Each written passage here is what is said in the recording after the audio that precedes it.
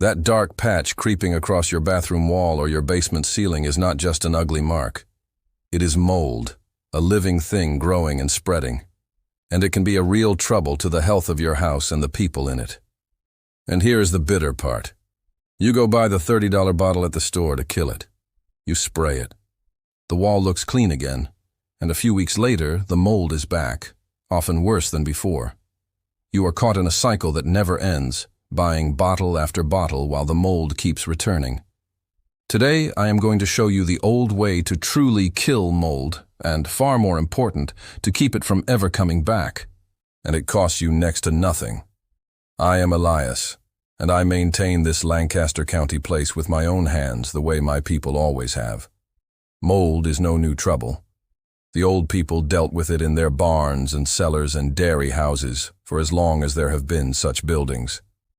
In damp stone cellars and milk houses where you would think mold would flourish, they kept those walls clean with a couple of cheap plain things and a bit of knowing.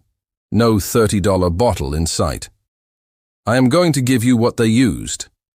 But first, let me give you the honest safety word, for mold is a health matter, and I will not have anyone hurt. Mold can genuinely trouble breathing and the health, especially for the very young, the old, and anyone with weak lungs or asthma, so it is worth taking seriously and not living with.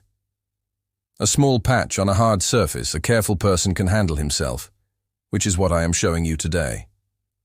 But a large spread of mold, a whole wall or worse, or black mold, or mold where someone in the house has poor health, that is a job to take seriously and often a job for a professional with the proper gear. And there is no shame in calling one. If you do tackle even a small patch yourself, wear gloves and open a window. For a worse spot, wear a proper mask that filters the spores, not just a paper one. Know your limits. A small patch you can manage. A great spreading trouble. Get help. And one more honest word. Do not just paint over mold and hope, nor scrub it away and ignore where it came from. Hiding it does not heal it. It only grows on unseen behind the paint and in the wall while you breathe its spores. Deal with it honestly and at the root, or do not pretend to have dealt with it at all. Let me tell you about my grandfather's cellar, for it is the whole reason I trust this. It was an old stone cellar dug deep and cool, where we kept the potatoes and the apples and the crocks of kraut through the winter. Damp as such a place always is, the kind of cool, dark, damp space where you would swear mold would take over in a month. And yet those stone walls were clean, year after year through my whole boyhood and long before. Clean white walls in a damp underground room. The secret was no secret to him. It was the lime whitewash he brushed on those walls. The same his father had brushed on before him, a coat refreshed every so often, and that white lime kept the mold from ever taking hold in the dampest room on the place. I asked him once why the cellar never went moldy like other folks did, and he looked at me as though I had asked why water is wet. He said, "Why the lime, of course. It always has been the lime." To him, it was just what you did, plain as breathing. That is the knowledge I want to hand you today. The cheap old answers that kept a damp stone cellar clean for 100 years. Now let me tell you the first thing, and it will save you money and grief both. Why does that store bottle of bleach fail you? Folks reach for bleach to kill mold, and here is the trouble. On a hard sealed surface like tile, it may do something. But on anything the mold can sink its roots into, the wood, the drywall, the grout, the concrete, the bleach does not truly kill it. It strips the color off the mold at the surface so the wall looks clean and white, and you think you have won. But the roots of the mold down in the material live on. And worse, bleach is mostly water, and water is the very thing mold wants. So you have moistened the very spot the mold is feeding in. A few weeks on, it grows right back, often darker than before because you watered its roots. That is the cycle that has you buying bottle after bottle. The surface clears, the root lives, the mold returns. You must kill the root. Think of mold like a weed in your garden. If you only cut off the green top of a weed and leave the root in the ground, it grows right back, and you have done nothing but tidy it for a week. The mold is just the same. The dark stain you see is only the surface, and its roots run down into the wood or the grout or the concrete where you cannot see them. Bleach mows the top and leaves the root. To truly be rid of it, you must reach the root, and that is exactly what plain white vinegar does that bleach cannot. That thing is plain white vinegar, the same cheap vinegar from the kitchen. It does what bleach cannot. It penetrates and kills the mold down at the root. Here is how you use it. You do not dilute it. You use it full strength straight from the bottle, for watering it down only weakens it. Spray or wipe the undiluted vinegar right onto the moldy spot and soak it well. Then, and this is the important part, you walk away and leave it a full hour. That hour is when the real work happens. The vinegar soaking down through the mold and killing it at the root, not just bleaching the surface white. After an hour, you scrub it with a stiff brush and rinse with warm water. Then, most important of all, you dry the surface as thoroughly as you can, for any moisture left behind gives a surviving spore a foothold to start again. Plain cheap vinegar, a couple of dollars the bottle, used full strength, left an hour, scrubbed and dried. It kills far more of the mold and kills it deeper than bleach ever did. A few plain notes on it. The smell of vinegar is sharp, but it fades as it dries. And it is a wholesome smell, not the harsh fumes of bleach that catch in your throat, so you can use it in a closed bathroom without choking, though I would still crack a window for the spores you are stirring up. Use ordinary white distilled vinegar, the cheap cleaning kind, not apple cider or wine vinegar, for it is the plain white that is cheapest and does the job. And give it the full hour. Do not rush it, for it is in that quiet hour of soaking that the vinegar does what bleach never could, reaching down to the root. Bleach works in a minute, but only skin deep. Vinegar takes an hour, but goes to the root. That hour of patience is the whole difference. Then once it is clean and dry, here is the second cheap thing that helps keep it from coming back: plain baking soda. You mix a small amount of baking soda into water, about a quarter teaspoon to a cup, and you spray or wipe that over the same spot and let it dry. Do not rinse it off. Leave the dried residue right there. Here is why. Mold favors an acidic surface, and baking soda is the opposite. It is alkaline. That thin dried film of baking soda left on the wall makes the surface unwelcoming to mold trying to start again. It keeps working there for a good while after, quietly discouraging the mold from returning. A few cents of baking soda left as a dry film standing guard, and there is a small bonus in it. For the baking soda also absorbs and sweetens the musty mildew smell that mold leaves behind, the way it freshens a stale icebox. So the spot is not just guarded, but smelling clean. Vinegar to kill it at the root. Baking soda to guard the spot and freshen it. Both of them are cheap. Plain things already in most every kitchen. Now, this vinegar and baking soda will clean up your mold and discourage it, and it works on nearly any surface: your bathroom tile and grout, your window frames, your basement concrete, your wooden beams and brick. But here is the hard truth, and I will be straight with you, as I always am. Killing the mold that is there does not keep it gone, if the thing that caused it is still there. Mold needs dampness to grow, and if you have a damp spot, a leaking pipe, a window that sweats, a basement with no air moving, then you will kill the mold, and it will simply grow back, because the dampness that fed it is still feeding it. So the real remedy is always two parts. Kill the mold that is there, and then find and fix the source of the dampness that grew it. Mend the drip. Air out the room. Deal with the moisture, or you will be cleaning that spot forever.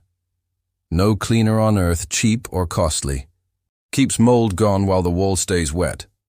So play the detective for a moment and find your dampness. Is it a bathroom with no window and no fan, where the steam of every shower hangs in the air with nowhere to go? Then you must get air moving. Open a window, run a fan, let it dry between uses. Is it a basement that smells damp and earthy? Then it wants air, and perhaps a way to carry off the moisture. Is it a corner under a window that sweats and drips in cold weather, the condensation running down? Is it a slow drip from a pipe behind the wall? Each of these has its own remedy, but the principle is one. Find where the moisture is coming from and stop it. The mold is only the sign. The dampness is the disease. Cure the dampness, and the mold has nothing to grow on. Leave the dampness, and you will fight the mold forever. And that brings me to the best part, the real old secret, the thing that is the very reason those old barns and cellars built 200 years ago show no mold to this day. It is not a cleaner you apply after the mold comes. It is a thing built into the wall from the start that keeps the mold from ever growing at all. And it is the old lime whitewash. This is a genuinely old method. The real thing is that the old farmers and the Amish have brushed onto their barn walls and cellar walls and dairy house walls for generations. That plain white coating you have seen on an old barn now and then. Here is why it works so well against mold. The whitewash is made with lime, and lime is powerfully alkaline, far more so even than baking soda, so alkaline that no mold nor mildew can grow on it at all. A wall coated in lime whitewash is simply a surface mold cannot colonize. That is why those old whitewashed cellars and milk houses, damp as they are, stay clean of mold year after year, decade after decade, where a modern painted wall in the same dampness would be black with it. And it does more than stop mold. That same lime is naturally cleansing and sweetening, which is the very reason the old farmers whitewashed not just their cellars, but their chicken coops and their outbuildings and their fences, to keep them clean and wholesome and free of rot and poor air. A coat of whitewash was the old all-purpose answer for keeping a place sound and clean, and it cost almost nothing. The salt in the mix helps it hold and harden, and the lime does the cleansing and the mold-proofing, and the whole of it brushes on cures to that hard, clean, breathing white coat that lasts for years before it wants to refresh. The old recipe is simple and inexpensive. It is water, salt, and hydrated lime, which is also called mason's lime or builder's lime. And mind you, that is the hydrated lime for building, not the garden lime. They are not the same. A common old proportion is about a gallon of water, a couple of pounds of salt, and several pounds of the hydrated lime brushed onto the wall and left to cure. A bag of hydrated lime costs only a few dollars at the building supply store and is enough to coat a whole room, even several rooms, for a little of the powder makes up a great deal of whitewash. Compare that to the cost of the expensive bottles or the mold removal professional, and you see why the old farmers who had little money and much sense swore by it. A few dollars of lime brushed on once and refreshed now and again over the years, against an endless run of $30 bottles that never quite fix it. The old way was cheaper by far and worked better besides, which is the story of nearly everything of this kind. Now I will give you the safety on this plainly, for hydrated lime is caustic stuff. It will burn the skin and the eyes. So you wear gloves and eye protection when you mix and brush it and keep it off your skin. Used with that care, it is perfectly safe and has been used for centuries. And here is one more honest piece that ties it all together. It is the reason so many modern homes have mold that the old farms never did. The modern acrylic paints from the hardware store seal the wall up tight and do not breathe. So when moisture moves through the wall from the damp ground, from humidity, from a pipe, it cannot escape through that sealed painted surface, and it builds up trapped behind the paint, making the wall damp and dark, the very conditions mold wants. The old lime whitewash is the opposite. It breathes. It lets moisture move right through it and dry away. So the wall never holds the dampness that mold needs. The old walls stayed dry and clean because the very coating on them let them breathe. The modern sealed wall traps the dampness and grows the mold. That is the heart of the difference. Think of it like the difference between a wool coat and a rubber slicker. The wool breathes. It lets the dampness of your body pass out through it and you stay dry and comfortable. The rubber slicker seals everything in, and after a while you are clammy and wet inside it from your own moisture with nowhere to go. The old lime is the wool. The modern sealing paint is the rubber slicker, and the wool behind it is left clammy and damp, just the conditions mold wants. A wall, like a body, wants to breathe, and when you seal it up tight, you make trouble you cannot see until it blooms black on the surface. Now let me say the small, honest word about why your grandmother's inexpensive mold remedies got forgotten and you were sold the $30 bottle instead. Not to stir you up, just so you see the shape of it. There is a great deal of money in mold, in the bottles sold at the store at $8, $20, $40 each, bought again and again because they do not truly fix it, and in the costly mold removal work when it gets bad. And there is no money at all in a person knowing that a $2 jug of vinegar and a few dollar bag of lime will do better. You cannot patent vinegar, you cannot own baking soda or lime, nor charge dearly for them, for anyone can buy them plain and cheap. So nobody advertises them. Nobody builds a business teaching them. And over a couple of generations, the cheap old answers simply fell out of common knowing while the expensive bottles got all the attention. It is not that anyone schemed to bury your grandmother's methods. No one had to. It is worse than a conspiracy, because it is a system nobody had to organize. It simply pays to sell an expensive bottle again and again, and pays nothing to teach the cheap thing that works. And so the cheap thing went quietly untaught, not hidden by any plotter, just left unsaid because no one profited by saying it. The old people knew these things because they had to, and there was no mystery in them at all. So there is the whole of it, the cheap old way to kill mold and keep it gone.